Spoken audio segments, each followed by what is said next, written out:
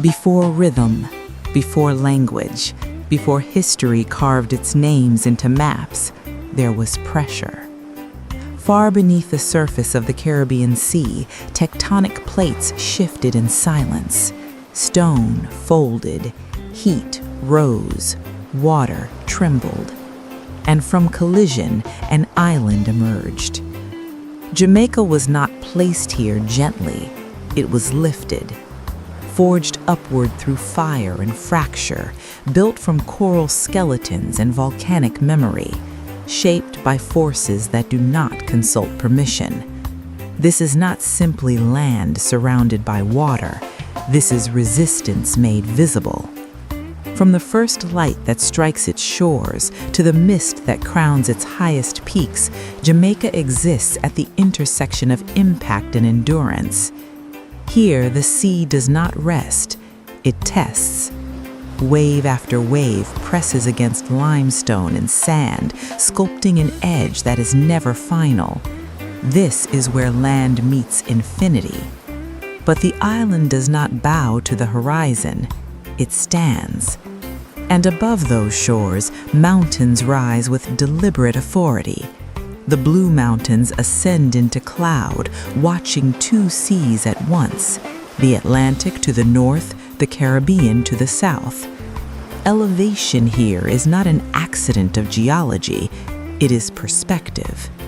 From these heights, the island remembers its origins: fire beneath, water surrounding, wind shaping everything between. Rivers descend from those peaks with quiet determination, carving valleys, nourishing forests, refusing obstruction. Stone softens, cliffs erode, forests bend, but the island remains. Because Jamaica is not defined by softness, it is defined by balance, between ocean and rock, between height and depth, between stillness and force. To know Jamaica is not to observe it from a distance, it is to feel the tension in its shoreline, the cool breath of its mountains, the rhythm of its rivers. It is to understand that beauty here is not fragile, it is earned. This is not a postcard, this is geology in motion. This is history written in stone and tide. This is Jamaica.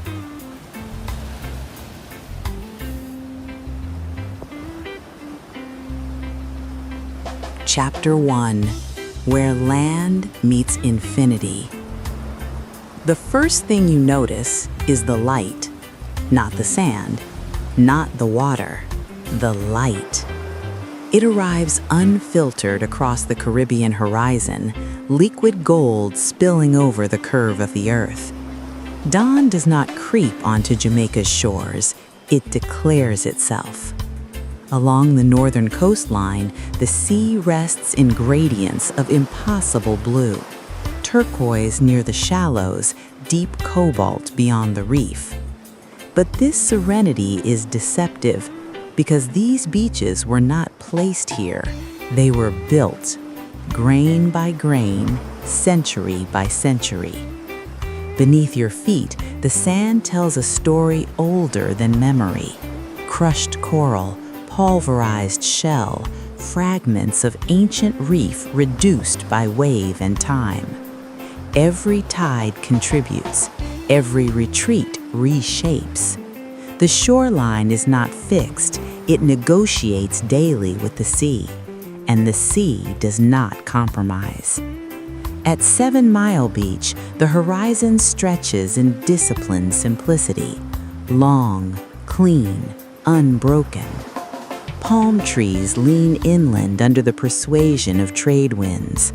Their fronds whisper in constant motion, not resistance, but adaptation. The sand here is pale, almost luminous under the rising sun. But even here, in what appears to be paradise, there is force at work. Waves travel thousands of miles before reaching this edge. Energy transfers across oceans, uninterrupted. And when that energy meets land, it transforms. softly perhaps, but persistently. Further east, limestone cliffs interrupt the illusion of endless calm. At Negril Cliffs, the Caribbean does not lap gently, it strikes. Water collides with rock in rhythmic impact. White spray erupts skyward, then falls, again and again. Rock appears permanent, but permanence is an illusion measured on human timelines. Wave after wave chisels microscopic fractures. Salt infiltrates, pressure builds, edges weaken, and over decades, over centuries, stone yields. The beach is not only a place of arrival, it is a battlefield disguised as beauty. Midday light sharpens everything. The surface of the water becomes glass, reflecting sky with surgical precision. Small fish move in synchronized flashes near the shallows. Seagrass sways beneath gentle currents. Beyond the reef, darker blues hint at depth. Coral colonies anchor the ecosystem just offshore. Ancient architects, living fortresses that break the force of incoming waves. Without them, the shoreline would retreat rapidly. Without them, sand would not accumulate. The beach survives because something beneath it absorbs impact. Authority often hides below the surface. Walk closer to the tide line. Watch the exact moment water meets land. The foam spreads thinly over sand, then withdraws, dragging grains back into the body of the sea. What arrives never leaves unchanged, and what leaves carries memory with it. Every shell smoothed by friction, every stone rounded by repetition, every piece of coral reduced to powder. The shoreline is not passive, it is process. Afternoon heat rises, the trade winds strengthen slightly, bending palms in unified motion. Shadows shorten, the sand warms. Children run toward the water, footprints form, footprints vanish. The sea erases without hesitation, not cruelly, but completely. There is something instructive in that. The beach does not preserve marks, it resets, again and again and again. Toward the eastern coast, near Frenchman's Cove, a river meets the sea in quiet convergence. Fresh water glides into salt water without visible boundary. Two temperatures merge, two currents intertwine. There is no argument, no turbulence, just integration. The river completes its journey here. The ocean accepts it.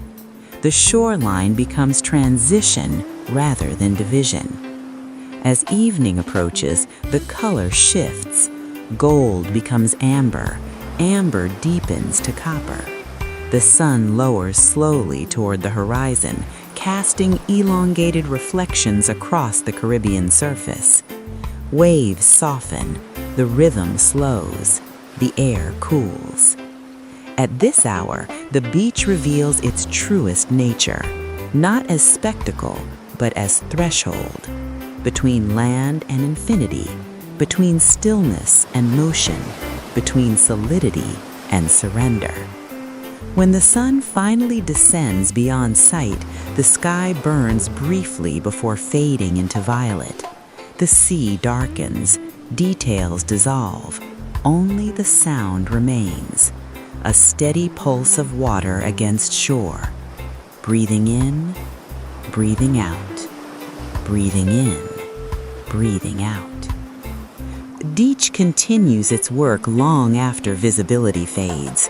Grains shift, currents adjust, tides prepare to rise again.